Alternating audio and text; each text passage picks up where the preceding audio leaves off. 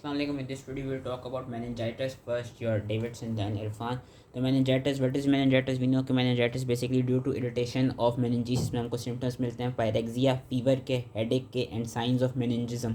What are the signs of meningism? के देश में basically headache हो रहा होता है, photophobia हो रहा होता है and stiffness of neck हमको मिलती है. दो हमको important signs मिलते हैं जिसमें हमारे पास आ जाता है कर्निक साइन एंड ब्रूडजिंकी साइन. ये जो दोनों साइन हैं इनको मैं इरफान के थ्रू बता दूंगा किस तरह हम इनको एलिसिट करते हैं. तो अब हम बात करते हैं मेनिंजाइटिस की. सबसे पहले हम बात करते हैं वायरल की, क्योंकि वायरल ज़्यादातर कॉमन है एंड सेल्फ लिमिटिंग है, बिनाइन है, खुद बहुत ही ट्रीट हो जाता है. Viral meningitis benign self limiting usually cause पर एंटेरोवायरस. क्लिनिकल फीचर्स में यही usually children and young adults को अफेक्ट करता है with acute onset of headache and irritability and rapid signs या रैपिड डेवलपमेंट ऑफ मेनिंजिज्म. लेकिन मेन जो प्रेजेंटिंग कंप्लेन होती है वो पेशेंट को हेडेक की होती है. इन्वेस्टिगेशन में हम लंबर पंक्चर कराते हैं. लंबर पंक्चर में हमको बेसिकली डिटेक्ट हो जाता है कि CSF में हमको जो वाइट ब्लड सेल काउंट होता है वो लिम्फोसाइट्स का मिलता है एंड हमको जो प्रोटीन मिलती है वो एलिवेटेड मिलती है. वेरस जो ग्लूकोस होती है याद रखने के वो नॉर्मल होती है.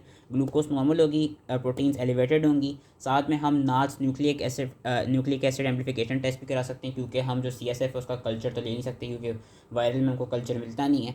तो ये इसकी इन्वेस्टिगेशन होती है. इसकी मैनेजमेंट जो है वो सिर्फ सिम्टोमेटिक मैनेजमेंट है, बिनाइन है, सेल्फ लिमिटिंग कंडीशन है. इसकी कोई इतनी खास मैनेजमेंट होती है नहीं. मेन जो हमने इंपॉर्टेंट बात करनी वो बैक्टीरियल मेनिंजाइटिस की बात करनी, क्योंकि दैट इज़ मोस्ट इंपॉर्टेंट. ये कुछ इन्होंने कॉमन ऑर्गेनिजम्स बताए हुए हैं, कॉमन कॉजेज बताए हुए हैं, बहुत बैक्टीरियल, वायरल, फंगल की. वायरल में हम देख सकते हैं कि enterovirus, herpes simplex virus 2 and 1, varicella zoster, Epstein Barr, cytomegalo, measles, mumps, सारे जो भी आपको जिन वायरस के नाम आ सकते हैं बेसिकली वो लिख सकते हैं.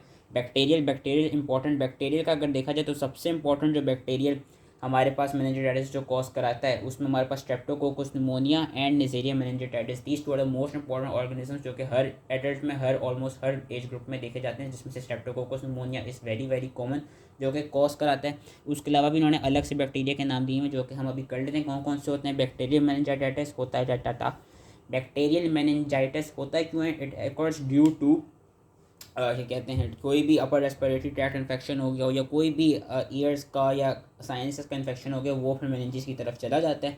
तो इसमें हमारे पास कौन कौन सी कॉमन एज ग्रुप में कौन से कॉमन ऑर्गेनिजम्स हैं which can be asked in MCQs. वैसे हमने पढ़ लिया स्ट्रेप्टोकोकस निमोनिया एंड नेज़ेरिया.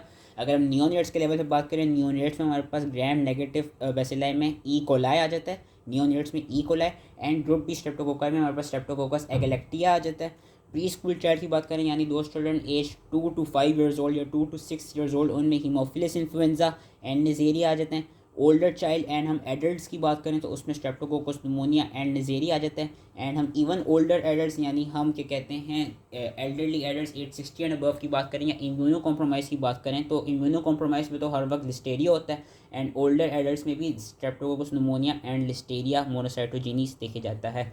Immunosuppressed में not in immunocompromised, in immunosuppressed individuals listeria is the most common cause. clinical features क्या मिलते हैं? वही कि फीवर होगा, हेडेक होगा, ड्राउजीनेस होगी, मेनिंजिज्म होगा एंड क्या कहते हैं sometimes there may be loss of consciousness. And if the meningitis has occurred due to meningococcal meningitis उस केस में रैश भी देखा जाता है. हम कोई कॉम्प्लिकेशन दिखाएंगे क्या क्या कॉम्प्लिकेशन मिल सकती है मेनिंजोकोकल सेप्सिस की, जिसमें meningitis, rash, shock, intravascular coagulation, renal failure, pericarditis, arthritis, ये चीज़ें आ जाती हैं.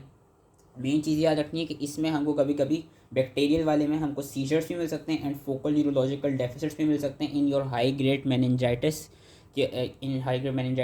इन्वेस्टिगेशंस क्या है? Most important investigation is your lumbar puncture. लेकिन इन सम conditions lumbar puncture is contraindicated. In which conditions lumbar puncture is contraindicated? Lumbar puncture is contraindicated if there are focal neurological signs, if there are signs of papillar edema on fundoscopy, if there are continuous and uncontrolled seizures, या अगर कोई patient जो है वो GCS less than 12 के साथ आए उस पेशेंट में हमने हर हाल में क्या कराना है? सबसे पहले CT कराना है एंड CT करा के हमने चेक करना है कि कोई मैस लीजन तो नहीं है, कोई हाइड्रोकेफ तो नहीं है, कोई और अदर कंट्राइंडिकेशन तो नहीं है. तो इन इंडिविजुअल्स में हमने सबसे पहले CT कराना होगा जो क्योंकि इनमें LP कॉन्ट्राइंडिकेटेड होता है एंड वो इंडिविजुअल्स इनमें LP कॉन्ट्राइंडिकेटेड ना हो उनमें हम डायरेक्टली लंबर पंक्चर ही कराते हैं. एंड ये याद रखना है कि ब्लड कल्चर भी हमने साथ में कराना होगा and we should never give antibiotic before obtaining a blood culture. जब आप ब्लड कल्चर लेंगे, ब्लड कल्चर लेने के फ़ौरन ही विद इन एन आवर फिर आपने एम्पेरिक एंटीबायोटिक थेरेपी स्टार्ट कर लेनी है। एंड जब आपको ब्लड कल्चर की रिपोर्ट्स आ जाएंगी फिर आप स्पेसिफिक एंटीबायोटिक की रिपोर्ट्स जो हैं, एंटीबायोटिक की थेरेपी जो है वो स्टार्ट कर देंगे। अब एंटीबायोटिक की थेरेपी इस टेबल में इन्होंने बहुत अच्छी सी एम्पेरिक थेरेपी लिखी हुई है एंड इसमें इन्होंने स्पेसिफिक थेरेपी लिखी हुई है। तो मैंने डेविडसन से ही वैसे याद कर ली थी, लेकिन we will go through it from advantage क्योंकि इसमें भी डोसेस दी हैं। तो if we talk about your क्या कहते हैं एम्पेरिक थेरेपी, यानी दैट थेरेपी, अभी हमको कल्चर की रिपोर्ट्स आई नहीं है, हमने लंबर पंक्चर कराया, हमने अगर कॉन्ट्राइंडिकेटेड था हमने सीटी कराया, सीटी कराने के बाद हमने ब्लड कल्चर लिया। ब्लड कल्चर लेने के फ़ौरन ही, ब्लड कल्चर लेने से पहले नहीं, याद रखना है ब्लड कल्चर लेने के बाद ही आपने फौरी एम्पेरिक एंटीबायोटिक थेरेपी स्टार्ट करनी है। वो एम्पेरिक एंटीबायोटिक थेरेपी क्या होगी? For those adults who are age less than 60 we can either give ceftriaxone 2 gram IV twice daily और we can give cefotaxime 2 gram IV 4 times daily. मैंने ceftriaxone 2 gram IV twice daily याद रख ली थी क्योंकि it was more easy to remember. For क्या कहते हैं for similar patients if they have penicillin resistance, तो what we would do, we would give one of these two drugs, यानी वी वुड गिव सेफ्ट्राक्सोन और cefotaxime, साथ में we would also give vancomycin 15 to 20 milligram पर kg IV twice daily और we would give rifampicin 600 milligram IV twice daily. इन दोनों में से भी मैंने वेंकोमाइसिन को याद रख लिया कि यानी वो इंडिविजुअल्स जिनमें क्या कहते हैं पेनिसिलिन रेजिस्टेंट देखी गई है एंड एज लेस देन 60 है, उनमें हम ये दोनों सेफ्ट्राक्सोन और वेंकोमाइसिन दोनों या सेफोटैक्सिन एंड राइफेम्पिसिन इन दोनों के हम कॉम्बिनेशन यूज़ करेंगे। अब for those adults who are above 60 years old, उनमें हम क्या करते हैं, उनमें हम सेफोटैक्सिन या सेफ्ट्राक्सोन के साथ हम इनमें एम्पिसिलिन देते हैं 2 ग्राम IV 6 टाइम्स डेली और we give amoxicillin 2 gram IV 6 times daily. ये चीज़ याद रखनी है। फॉर एडल्ट्स अबव 60 उनमें क्या कहते हैं, इन दोनों के साथ ही हमने एम्पिसिलिन या अमोक्सिसिलिन 2 ग्राम देनी है IV 6 टाइम्स डेली।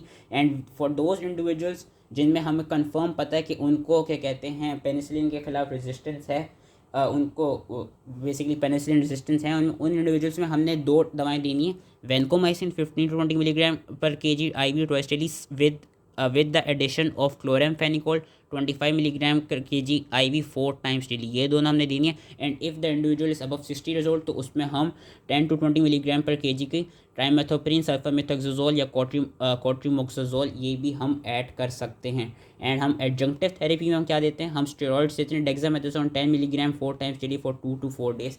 ये जो सारी मैंने थेरेपी बताई है this is all empiric therapy, यानी we have obtain blood culture. अभी हमें पता नहीं रिपोर्ट क्या है ब्लड कल्चर की, लेकिन हम ये एम्पेरिक थेरेपी देते हैं। याद रखना होगा कि जो हमारी एंटीबायोटिक थेरेपी होती है वो for pneumococcal meningitis it last for 10 to 14 days, for meningococcal meningitis it last for 7 days and for Listeria it last for 21 days. हम एडजंक्टिव थेरेपी कराते हैं ग्लूकोकॉर्टिकॉइड्स के साथ। क्यों कराते हैं? इसलिए कराते हैं बिकॉज इट इज सीन के they reduce the chances of hearing loss and they also reduce the chances of neurological sequel in both children and adults.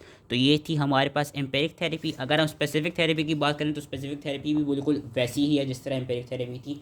Specific therapy क्या है याद रखना है, नेजेरिया के लिए, स्ट्रेप्टोकोकस न्यूमोनिया के सेंसिटिव स्ट्रेन्स के लिए यानी दो strains who are sensitive to penicillin and Haemophilus influenzae के लिए, तीनों के लिए हम we can either give cefotaxime 2 gram IV 4 times daily या we can give ceftriaxone 2 gram IV twice daily, जो कि हमने पीछे ये पहली वाली जो याद की थी ना, तो मैंने वही सेफ्ट्राक्सोन 2 ग्राम IV ट्वाइस डेली याद रख लिया। फॉर नेजेरिया बस डेज का फ़र्क आ जाता है। For Neisseria we give ceftriaxone 2 gram IV twice daily for 5 to 7 days. For Streptococcus pneumoniae के sensitive strains we give for 10 to 14 days, whereas for Haemophilus influenzae we give for 10 days.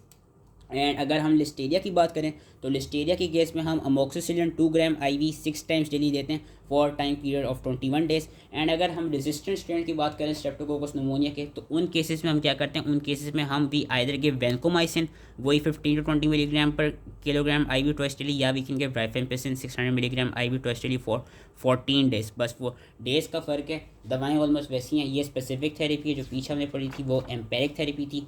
तो मैं अलग से इरफान से भी करा दूंगा वैसे, क्योंकि इरफान में डोजेस के नाम नहीं लिखे हुए। अब अगर हम बात करें प्रिवेंशन ऑफ मेनिंजोकोकल इन्फेक्शन की, तो how do we prevent meningococcal infection? Meningococcal infection is prevented by giving either a single dose of ciprofloxacin which is 500 milligram tablet, या वी गिव राइफेम्पिसिन जिसकी जो डोजेज हैं वो इन्होंने इरफान में अच्छी लिखी हुई हैं। एंड कुछ इंडिविजुअल्स को हम वैक्सीन्स भी करते हैं। किन किन इंडिविजुअल्स को हमने कीमो प्रोफिलैक्सिस देना होगा फॉलोइंग मेनिंजोकोकल इन्फेक्शन?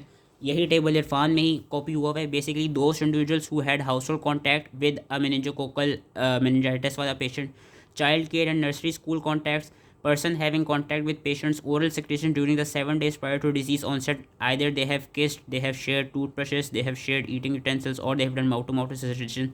या for aircraft contacts for person seated next to the patient for more than 8 hours, उन इंडिविजुअल्स में हम मेनिंजोकोकल मेनिंजाइटिस के लिए हम कीमो प्रोफाइलैक्सिस कराते हैं। लास्ट कम्स जो tubercular meningitis. Tubercular meningitis usually जो इम्यूनो क्या कहते हैं कॉम्प्रोमाइज होते हैं उन्हीं को अफेक्ट करते हैं। इट अफेक्ट्स आफ्टर टीबी का इन्फेक्शन। मोर स्लोअर ऑनसेट है इसका। इसकी इन्वेस्टिगेशन भी वही lumbar puncture is the main investigation, जिसमें हमको जो CSF मिलता है वो क्लियर मिलता है, लेकिन बाद में होता क्या है उसमें हमको स्पाइडर वेब फॉर्मेशन नज़र आने लग जाती है। इसमें भी हमको जो लिम्फोसाइट्स होते हैं वो बड़े में मिलते हैं, लेकिन इनिशियली क्या होता है, initially neutrophils are seen and then later on lymphocytes are seen. Markedly rise मिलता है हमको इसमें प्रोटीन का, एंड मार्केटली फॉल मिलता है इसमें हमको ग्लूकोज का। मैनेजमेंट इसकी ज़्यादातर कीमो प्रोफाइलैक्सिस हम कीमोथेरेपी हम कराते हैं पायराजेनामाइड से, एंड इसकी अलग से उन्होंने स्टेजिंग बताई हुई है जो कि याद करने की वैसे ज़रूरत नहीं है कि अकॉर्डिंग टू सेवेरिटी स्टेज 1 में कोई इतने हमारे पास स्पेसिफिक साइन सिम्टम्स नहीं है। स्टेज 2 में हमारे पास अब ज़रा फोकल न्यूरोलॉजिकल साइंस आ गए एंड थोड़ी सी कॉन्शियसनेस ऑल्टर्ड हुई है, एंड स्टेज 3 में कम्प्लीटली कोमा हो गया पेशेंट को। So that was tubercular meningitis. हम इसको इरफान से भी कर लेते हैं। आई होप ये ईजिली समझ में आ गया हो, and thank you. So if you do it from Irfan, acute pyogenic meningitis जो bacterial like acute bacterial inflammation of leptomeninges and CSF within the subarachnoid space causes most common मैंने नहीं बताया हुआ स्ट्रेप्टोकोकस pneumonia। नियोनेट्स में E. coli and group B का हमने देख लिया था स्ट्रेप्टोकोकस एगलेक्टिया। एडल्ट्स में Neisseria is most common and then Streptococcus pneumonia। Elderly में Streptococcus pneumonia and if they are immunosuppressed then Listeria. And हमने जो चिल्ड्रन थी उनकी अलग से भी हमने बात कर ली थी उसमें टेबल में। Symptoms high grade fever, headache, neck stiffness, photophobia, alter consciousness, nausea, vomiting, seizures.